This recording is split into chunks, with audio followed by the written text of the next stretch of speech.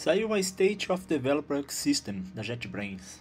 Para quem não sabe, a JetBrains é uma empresa que desenvolve ferramentas para desenvolvedores, né? IDEs, editores de código, entre outras ferramentas, também alguns plugins. Eu uso o PHP Storm, que é uma das ferramentas da JetBrains para desenvolvimento com PHP. Muito bom, por sinal. E é interessante essa pesquisa porque ela traz alguns dados um pouco mais nichados. Segue o mesmo padrão de outras pesquisas que a gente já conhece.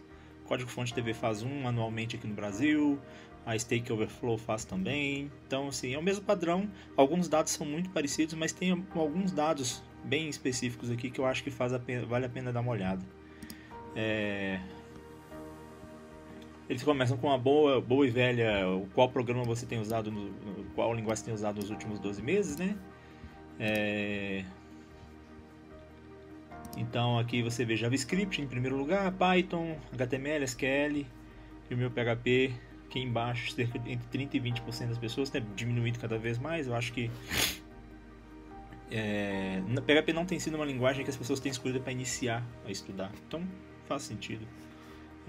Mas JavaScript está aqui e eu acho que JavaScript e PHP estão mais ou menos ali no mesmo know-how, no mesmo lugar, né? Aqui tem uma porcentagem baseada em anos, né? Então você vê que 30% em 2017 usava e foi só diminuindo. Hoje em dia 17% dos programadores. Aqui a tradução ficou Python. São informações bem legais. Eu acho que o Python realmente tem crescido bastante. O Python tem se tornado uma solução muito interessante no sentido de que você pode aplicar ela em outras frentes também. Mas é esse dado aqui que eu acho que começa a ficar um pouco mais interessante. Funcionário de código por linguagem primária. Interação com a API, lógica de aplicação e fluxo de trabalho, processamento. Aqui a gente pode ver o seguinte: 48% está usando PHP, está usando Java e Python, 38% JavaScript e 58% ainda usa PHP. Percebe que PHP ainda está sendo usado em outras coisas, por mais que as pessoas talvez não estejam estudando tanto. Kotlin, 54%. Lógica de aplicação e fluxo de trabalho, 56%. Processamento de análise de dados, realmente PHP, eu acho que deveria ter ser Python melhor. Inteligência artificial e aprendizagem de máquina. Aí de novo Python deveria estar em primeiro aqui, tá vendo? E esse dado é importante, ele é interessante. E esse aqui para mim é mais, tipos de software por linguagem de programação primária. A gente vê que o Python com 28%, 31% para Java, 75% para JavaScript, 77% para PHP no desenvolvimento de sites principalmente. Serviços web, PHP vem com 41%, 39%, 34%, 25%. Serviços em nuvem, aí eu acho que o PHP cai um pouco, cai para 16%, porque realmente não é o mais indicado. Aplicações, não que não seja o mais indicado, falei errado, as pessoas não estão usando tanto. E eu acho que hoje também já tem tecnologia mais interessante que o PHP para esse tipo de aplicação. Aplicação empresarial, PHP volta para 34% e aí, né, começa a cair. Por que esse tipo de informação é importante? E eu sempre bato nessa tecla. Por que eu falo muito disso? Eu não sou a favor de... Eu não sou fanboy de linguagem X ou Y. Eu pelo menos tento não ser. Apesar de gostar muito de PHP. Mas você vê que a linguagem de programação que você escolhe depende de uma série de fatores. E um desses fatores das quais ele depende é a aplicação dela, onde você vai jogar essa linguagem de programação. Hoje, se você quiser aprender a trabalhar desenvolvendo site, fazendo freelancer, essas coisas, eu particularmente acho PHP uma linguagem excelente. Nada aí você consegue pegar um site, um WordPress para poder fazer, se for o caso, como freelancer. Então, do meu ponto de vista, mais uma vez, eu sempre bato nessa tecla. É importante que você escolha a linguagem de programação que melhor se adapta aos seus objetivos, que melhor se adapta a você. Thiago, então vamos lá pro JavaScript. Faz sentido isso aí pro JavaScript. Porque JavaScript, além de ser uma das linguagens que tá em alta hoje em dia, ela é usada aqui em 77%, em 75% dos desenvolvimentos para web. E também tem uma gama de outras aplicações. Apesar que, notem, o JavaScript ele é muito mais usado para web. Até porque todo site vai ter JavaScript também. Quando você pula para outras aplicações, ele não fica tão diferente do PHP. Se você parar para pensar, 11%, 16%, 28%, 34%, 4%, 7%. Então, aqui eu vou só dar um close, que eu acho que não está dando para enxergar direitinho. Então aqui tem os tipos de aplicação e você vê que tem um lugar específico. E o PHP e o JavaScript eles não estão tão diferentes. Beleza. Não, eu quero aprender algo mais específico. Eu quero aprender C#, eu quero aprender Kotlin. Isso é outra história, entendeu? Eu sempre defendo o seguinte, e aí eu já falei isso outras vezes em outros vídeos. Você está estudando, você tem que ter sempre um plano A e um plano B. Você vai aprender uma linguagem de programação para você começar e você vai aprender outras linguagens. No meu caso, em específico, eu aprendi JavaScript e PHP. Mas eu poderia ter aprendido JavaScript e PHP e Kotlin. Ou eu poderia ter aprendido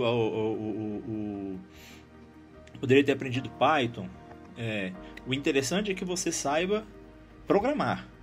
A linguagem de programação ela é importante sim, mas ela vai ser menos importante do que saber trabalhar com programação, ter um bom ponto de vista como programador, saber resolver problemas. Então, que tipos de sites você desenvolve? Por que isso aqui apareceu? Porque site ainda está aqui em cima. Boa parte das principais linguagens de programação aparece no desenvolvimento de site. E aí aqui fala sites de negócio, interface para web de produtos, sites pessoais, ou portfólio, sites de comércio eletrônico. Então, tem ainda um amplo uso. Boa parte disso aqui pode ser legado? Pode, mas também pode não ser. Então, é bem interessante você ter essa visão, né? Que tipo de teste você usa? Aqui o banco de dados eu tenho usado, MySQL é o primeiro, provavelmente muito em decorrência, eu imagino, por causa dos websites, que não, em sua maioria vão utilizar MySQL mesmo, MySQL. E os serviços de nuvem aqui a gente tem Amazon, Azure, Google Cloud, enfim, aí que já vem outros dados, uso Docker localmente.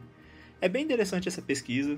Eu acho que a JetBrains acerta nesse ponto de tentar nichar um pouco e trazer um pouco mais de informação. As ferramentas da JetBrains são, em sua maioria, para desenvolvedores web. Então, ela é muito forte no desenvolvimento de IDEs para PHP, para JavaScript, para Python. Se eu não estiver enganado, agora eles têm também para Kotlin e outras. Deixa eu ver aqui. Então a JetBrains tem ali um monte de ferramentas, né, diferentes para os mais diversos tipos de desenvolvedores. Deixa eu ver. Então a JetBrains tem um monte de ferramenta aqui para os mais tipos diversos de desenvolvimento, de linguagem de programação. Tem para Sharp, Rider, Visual Studio, né, .NET Visual Studio, linguagens de framework Kotlin, MPS, Kotor, JetBrains AI, todos os plugins estão descritos aqui, né? IntelliJ para Java,